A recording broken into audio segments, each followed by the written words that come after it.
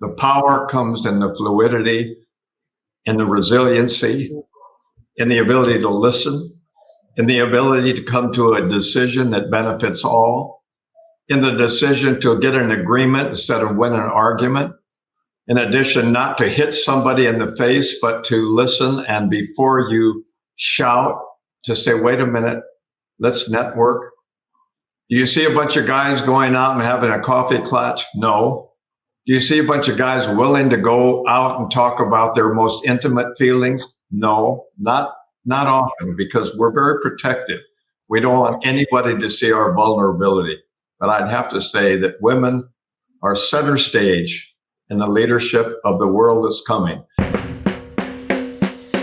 This is Leah Steele, aka The Wealth Witch, and this is my podcast. I'm here to activate you to remembrance of your divine birthright to be wealthy in all areas of your life. This podcast is for people ready to have controversial conversations about the financial control, manipulation, and tyranny that faces humanity today. I'm gonna live in freedom.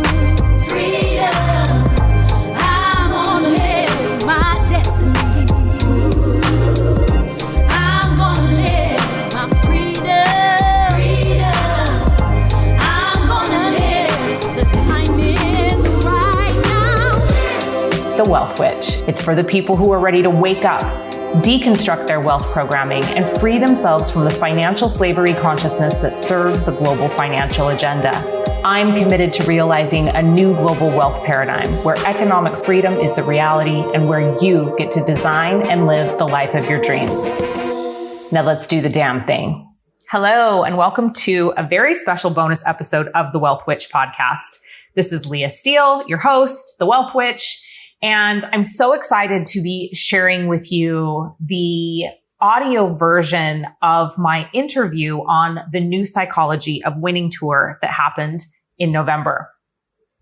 This was such an absolute honor because I was able to share the stage with incredible people in my space like Les Brown and Bob Proctor. And this event actually honored one of the grandfathers of the mindset industry, Denis Waitley.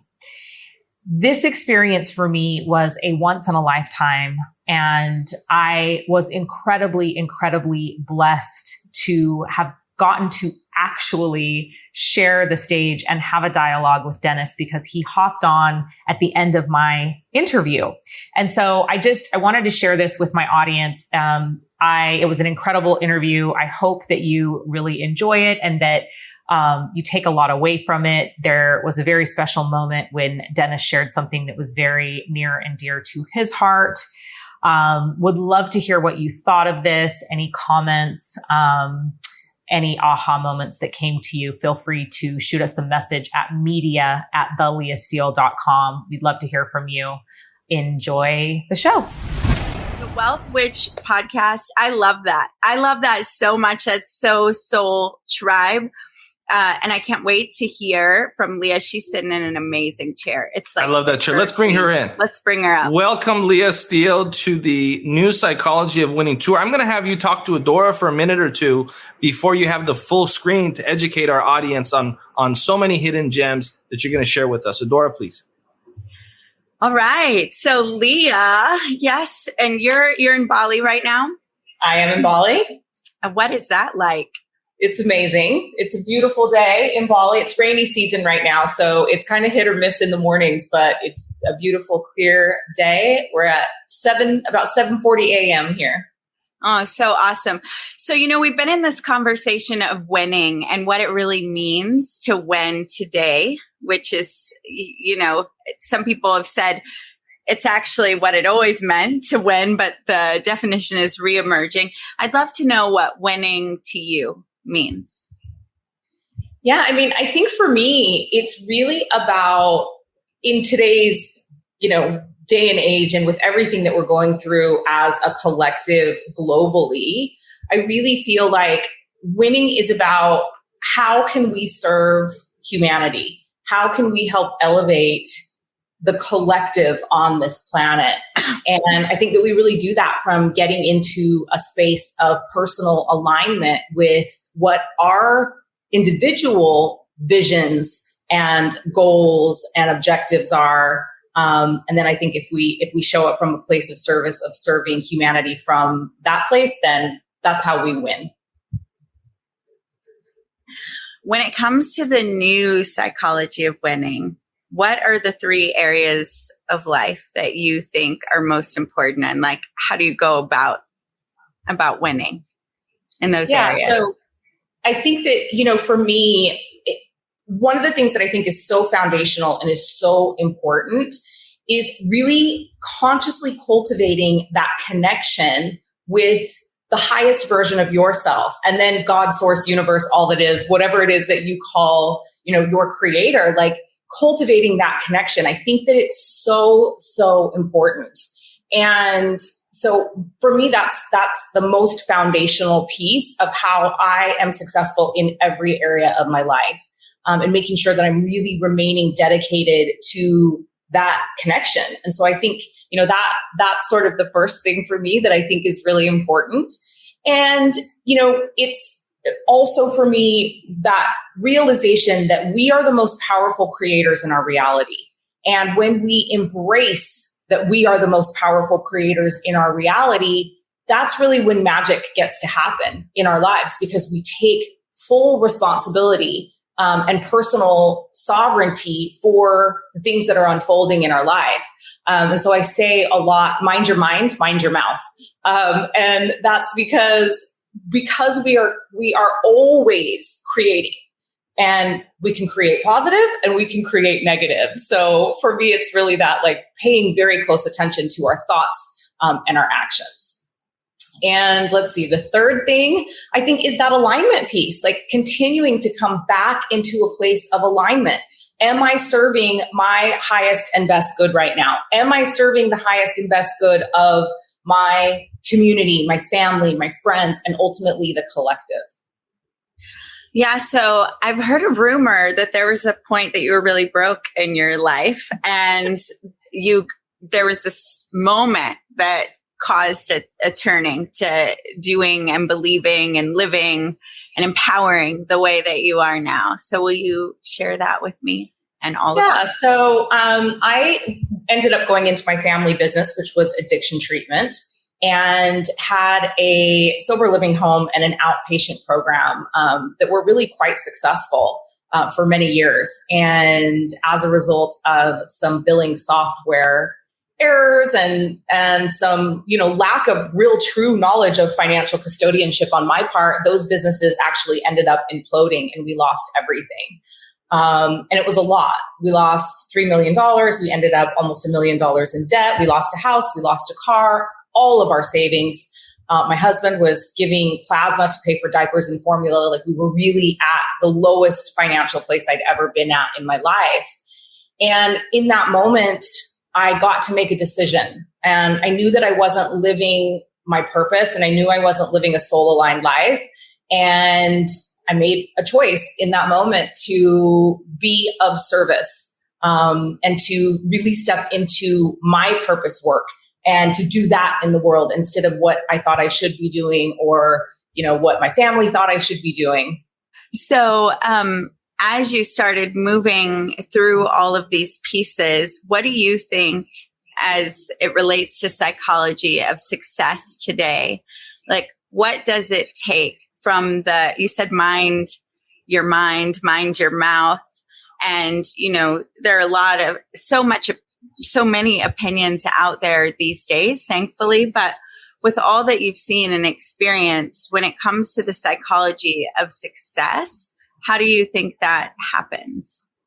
Well, I think first and foremost, it's not as easy as people would lead you to believe it is. And the people that I see that are actually really, really successful are people that are devotional to the purpose work that they believe that they're here to do on the planet, and are able to be disciplined and dedicated to that purpose work and to show up consistently. And so I think, success to me is just a series of choices and action. And when we continue to just show up and make the choice to do the work that we know we're here to do in the world, whether it's hard, whether it's easy, whether we are perceiving ourselves as winning at the moment or not, when we show up, even when it gets hard, the success comes after that. So it's consistency, dedication, discipline, and I think devotion to the work that you're here to do in the world. Mm. Yeah, so that's powerful. I love the word devotion lately. And Dennis calls it a magnificent obsession. How I think sometimes it's challenging to even know what is the work that you're supposed to be doing. So I want to know a few things about that before I get your practical, okay, put it in the ground, let's go to work. I want to know that. How do you figure out the work that you're supposed to do? Well, the first advice I give my clients is, what is the thing that you would do for free 16, 17, 18, 19, 20 hours a day? You love it so much that you would do it for free. Or is the thing that you could talk for 2 hours on this stage about without having to do much preparation work? So I think that's the starting place. You find the thing that you love so much that you would do it for free. And then you figure out how to monetize that. Okay. So for creating success, so a lot of it's mindset, psychology, discipline, focus, show up. But what are some tried and true takeaways? Like, people have their pens right now for creating success that you have discovered. So for me, what I live by is every morning I wake up and I do cultivate that conscious connection with my higher self and with God, source, universe, all that is. And I ask a question: how would you have me serve today? And then regardless of what that thing is, and regardless of what my calendar looks like, I do that thing. So I'm very, very committed to living a life that's divinely guided and doing the next right action, the thing that's right in front of me. And so when I begin my day that way, it brings me back into devotion of my purpose work and the mission and the reason that I'm here, which is to serve the collective. So I ask, how could I be of service today? How would you have me serve? And then on the same kind of vein, at night when I go to sleep, I do a check-in with myself and I ask myself, where did I fall out of alignment with that vision? Where did I fall out of alignment with what I was directed to do that day? And it's not from a place of beating myself up or judging myself. It's just data. So very objectively, I'm asking myself, okay, where did I not show up as my highest and best self today? And I have an awareness around that. And then I make a commitment to do better the next day. And I think the other most powerful thing for me is that I just stay in a state of constant curiosity as the day goes on. I'm really diligent in being aware of where programming and conditioning is actually causing me to fall off my path or to shift off my path. And so I just stay in that state of curiosity about how I can be better, about how I can do better, and about how I can serve humanity. Thank you, Leah. This is the new Psychology of Winning tour. I have to get in on this, Adora, because I'm sitting here. First of all, Leah, you got me going through pencils, sister. I mean, you got so many gems that I'm just writing down here. And you talk about programming, okay? Now, this event, we've had some people that have been masters of programming. Bob Proctor, Denis Waitley, Brian Tracy. I could go on and on and on. So the idea of programming is a reoccurring theme here on this tour. So, Leah, what are some ways that folks that seem to keep making the same mistake over and over again, right? There's folks that they know what they should be doing, but they're not doing it. So what practical tips do you have for our audience? I'm going to give you the floor.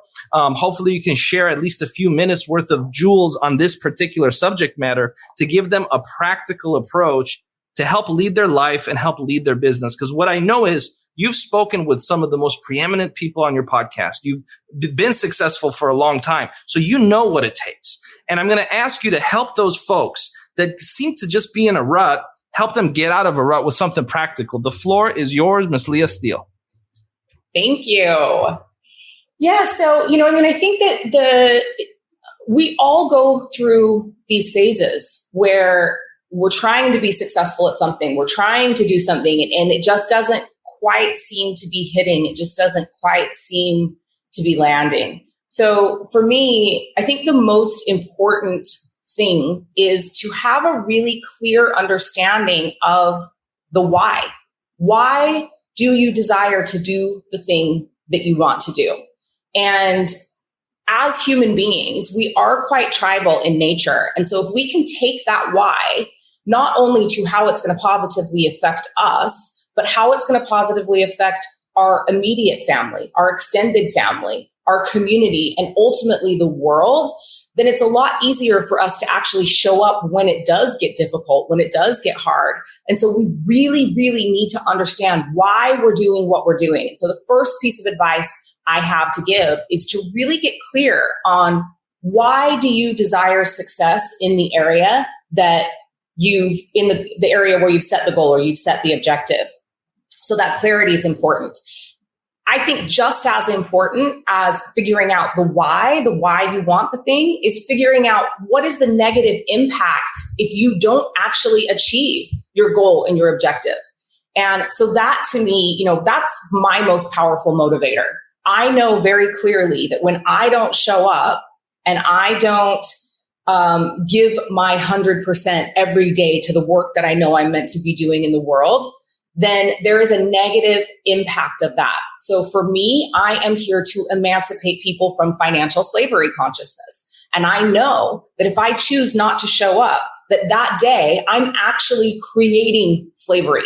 I am saying it's okay. I am at some level perpetuating it by not doing the work that I know I'm here to do in the world to deconstruct that.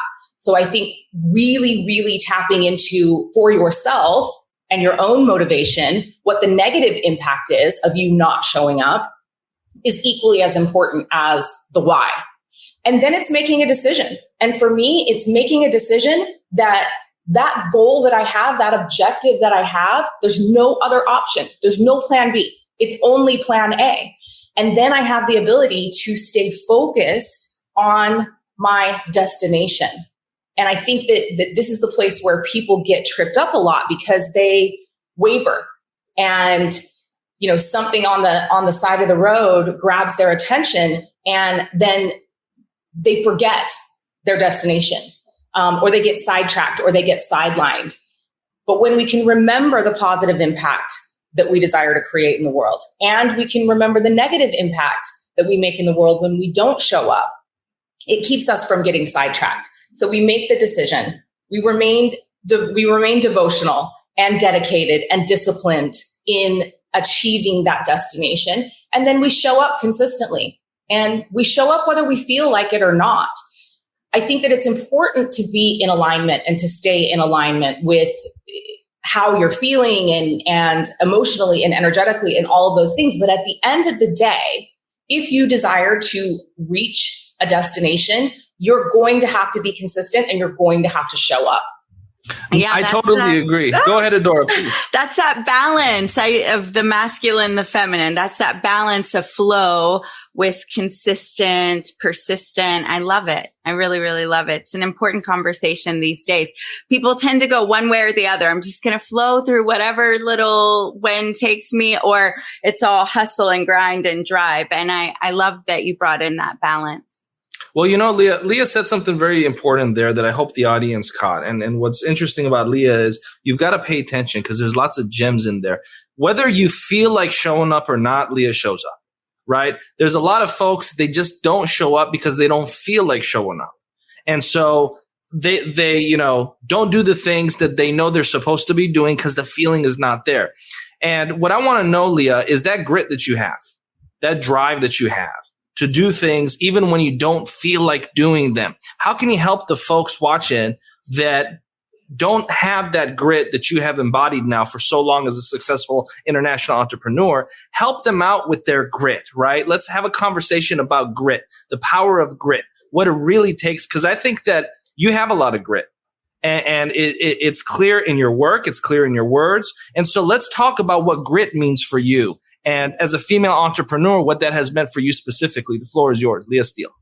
Yeah. So, I think the first thing is that you have to love something enough that you're willing to show up. And a lot of the things that with the clients that I work with, I'll see that they don't have the ability to show up because they just haven't found the thing yet.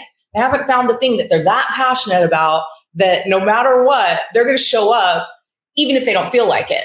So I think that really figuring out what drives you, what motivates you, what excites you, what is the change that you want to create in the world, that is the most important thing. And, I think that there's an aspect of willpower here that you have to search inside yourself and find the place where you can be your own inner critic.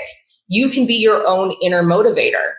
It's great to have mentors. And I have so many mentors and so many incredible people that I work with, and coaches and thought leaders and spiritual teachers. But ultimately, none of those people can make me show up. I had to find that inside myself. I had to find the thing in me that motivated me to hold myself accountable. And that took a little bit of work. I really had to dive deeply into, who did I want to be? And how did I want to be seen? And how did I want people to speak about me when I wasn't there? And all of those things ended up motivating me to be able to show up. But ultimately, I had to find that part of myself that would hold myself accountable. Leah, this tour is called the New Psychology of Winning Tour, right? So there's two elements. Of course, it's psychology and it's winning. What we know about psychology, okay, is that, and the psychology of people that pursue their endeavors to win, is there's always chatter, right? Sometimes individuals have a voice in the subconscious that says, no, you can't do this. This is not, you're not good enough to do this. What is it that you have done? Because we know that that's a big barrier for a lot of folks, Leah, right? That chatter. Right? The inner voice, the negative voice, they listen to it, they believe it. And because they believe that voice instead of believing the other voice of greatness, they never pursue their dreams. They never pursue their goals. They never manifest the kind of life that they desire and deserve. So what have you been doing?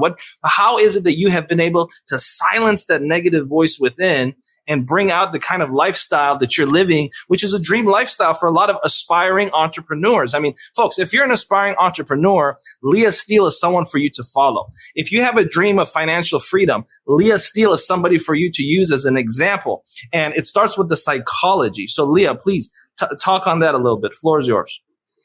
Yeah. So one of the things that happens to us is that our thoughts run away with us.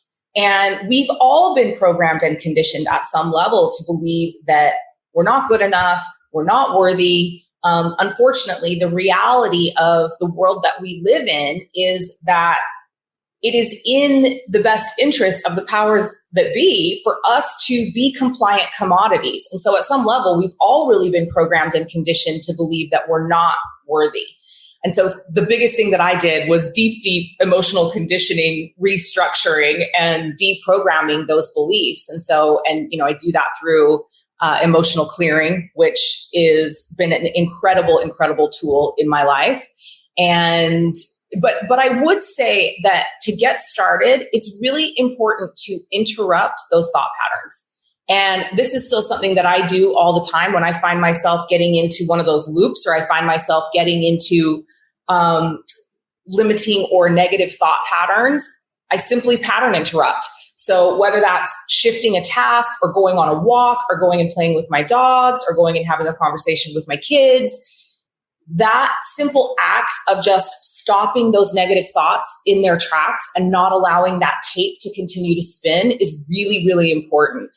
And so just remembering that pattern interruption tool, I think, has been one of the most powerful that I've had in my toolbox.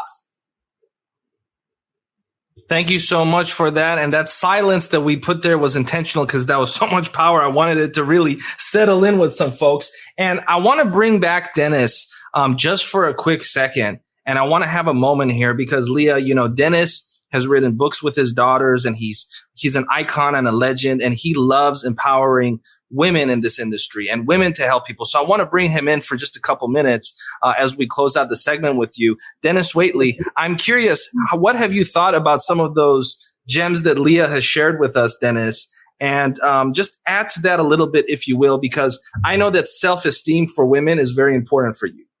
You have written books with your daughters. As you mentioned earlier, you're a father of 5, and you are a surrogate father to many millions of women. And we're talking a little bit here. Our closing thought is the self-esteem of women and aspiring entrepreneurs. Let's face it, 100 years ago, there were no women entrepreneurs in America.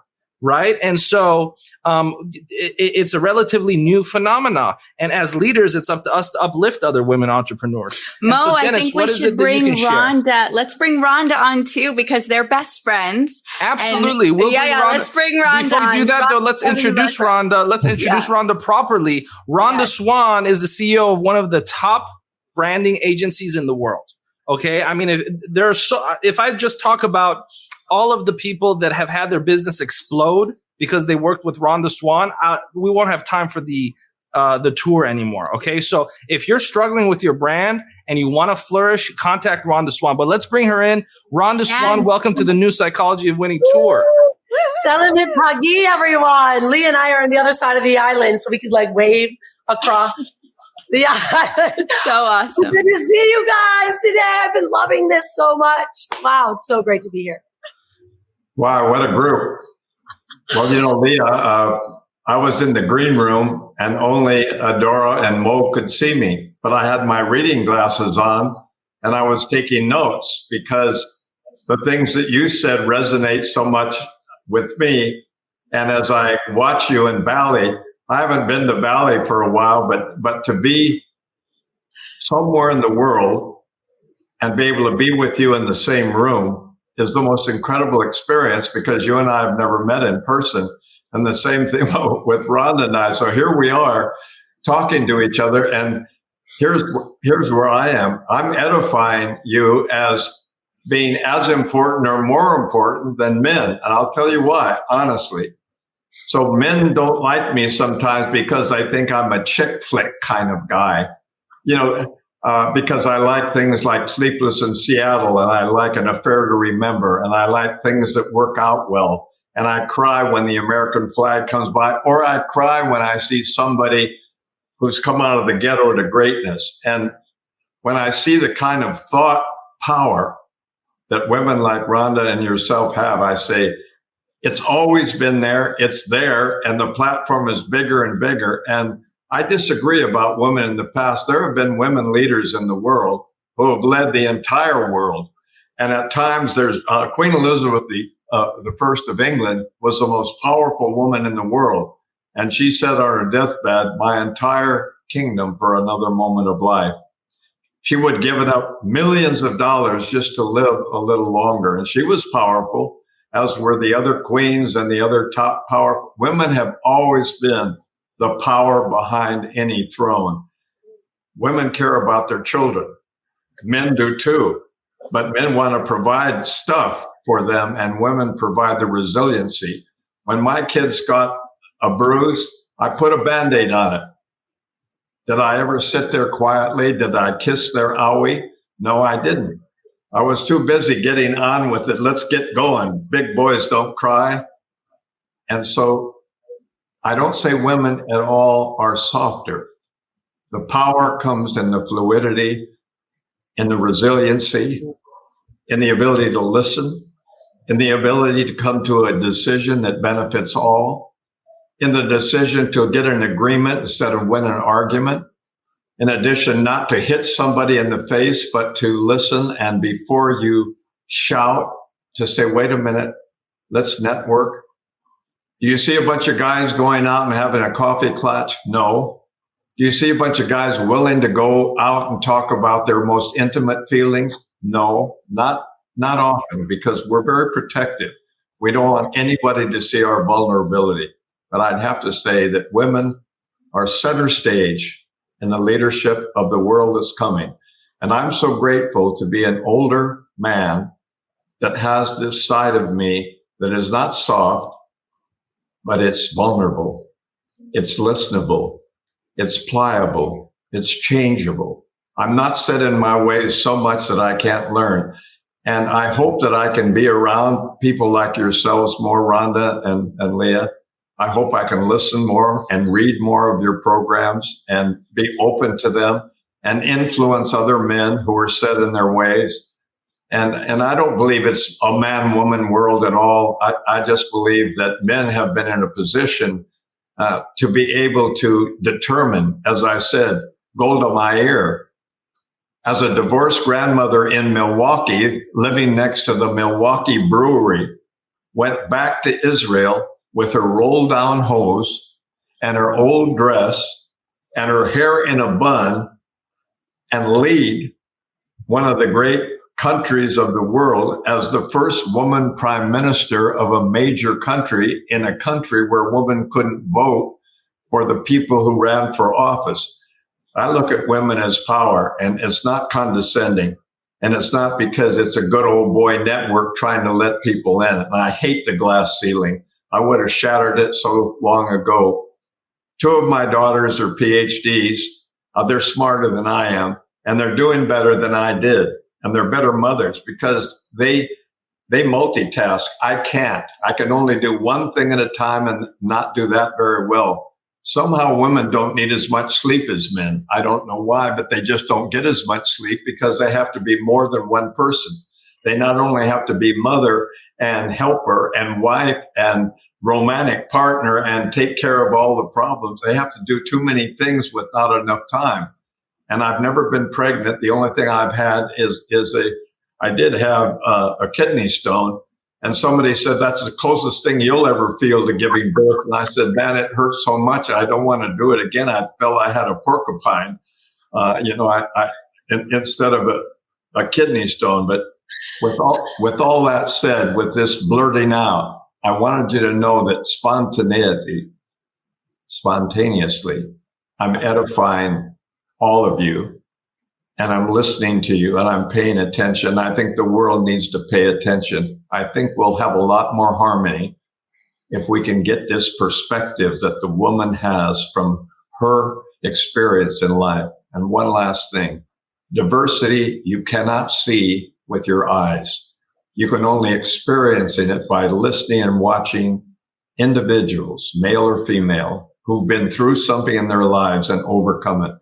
And thank God we have the platform where women have the power, because I'm tired of the good old boy network. I really am. I'm falling asleep with my companions. Wow. Leah, Rhonda, I hope you guys understand the historical moment that just occurred. You two were just addressed by who many people call the greatest speaker of all time. And Dennis, you still got it, man. I mean, I'm over here getting emotional. I'm getting emotional over here. So I just want to hear from Leah and Rhonda, how do you guys feel about the fact that the legendary Denis Waitley just gave us all that gift? And thank you, Dennis, by the way, for doing that. Leah, please, let's start with you and then your friend Rhonda. Yeah, I mean, it's such an absolute honor and privilege to be here with all of you. But so many of the things that I've heard you say today, Dennis, have blown my mind. And I just love how you're showing up for women and men. And I just, honored to be here. And thank you so much for all that you contribute to humanity, but especially the words that you've said today. Rhonda, how do you feel about this moment in history you just had with Denis Waitley? Well, it is an honor.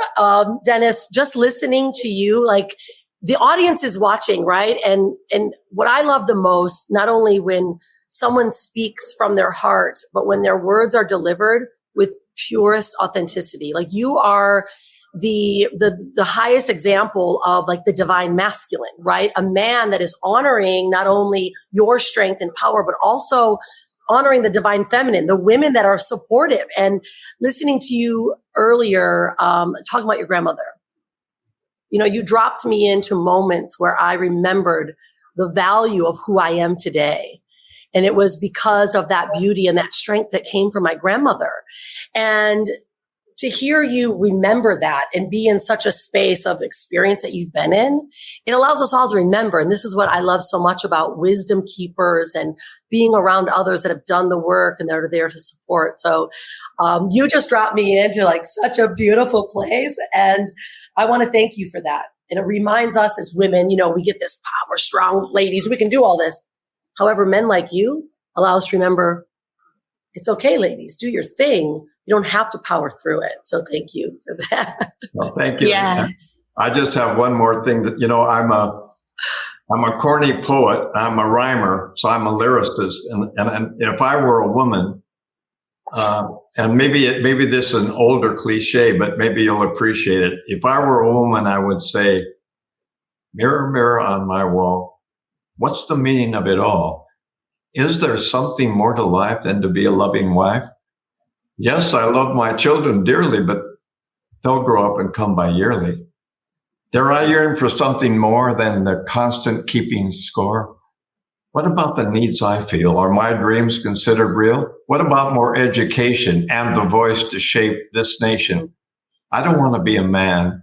I love the woman that I am. I want to fly from my cocoon and put my footsteps on the moon. Mirror, mirror on my wall, help me help him hear my call. All I've ever hoped to be is free to be that person, me. Wow.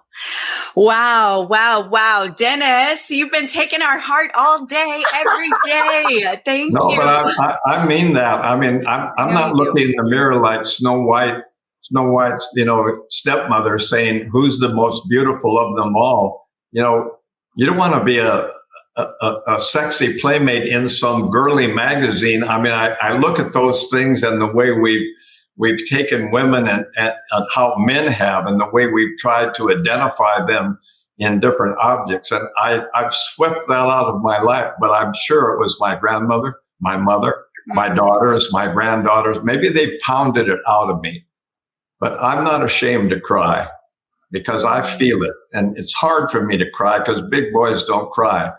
But I find myself crying, and I no longer have to say smoke gets in my eyes. I can actually say, I'm beginning to feel very sad now, and I'm about to cry, and I don't mind it. But that's not because I'm soft. That's because I'm open and compassionate and have this side of me that wants to help, not just to be selfish. So at any rate, Leah and Rhonda, thank you for letting me come out of the green room and just tell you that I'm with you 100%. Thank you, Dennis. I appreciate that. I know our audience appreciates that. And we just wanted to bring you in here because we could see you taking notes in the back. And Leah, you are touching, moving, and inspiring a living legend. And so with that being said, thank you so much, Mr. Denis Waitley. And we're getting ready to now transition to Rhonda. So Leah, do you have any closing thoughts or anything you'd like to share? Wow, just that, how powerful for us to be able to come together in spaces like this and share our individual thoughts and views on the world. But really, to me, this is what changes the world, and is having these types of events and bringing people together who are so diverse and are able to share their mission and their vision, and then being able to observe it, right? Because when we all step into that state of observation and we approach these types of events with an empty cup and just allow it to be filled, that is really where the power and the change and the transformation happens. So Adora and Mo, thank you so much for all the work that you've done to put this together. It's been incredible. And I'm incredibly, incredibly honored to have been able to be here and share the stage with you. Yes, sister. Thank you so much, Leah Steele, ladies and gentlemen. And we'll see you next time, Leah. That's a wrap. I hope you enjoyed the show. Make sure to connect with me on social media and reach out. I love hearing from you. And if you want more of me, real, raw, and uncensored, make sure to join the Wealth Witch Telegram channel. It's my free channel where I share all of my random daily musings as well as the information that I feel like is important and pertinent to my community. We've put a link to the Telegram channel in the show notes, so make sure to come join us over there if that intrigues you. Remember, wealth is a mindset, and you are the most powerful creator in your reality. Until next time, this is the Wealth Witch signing off. Freedom.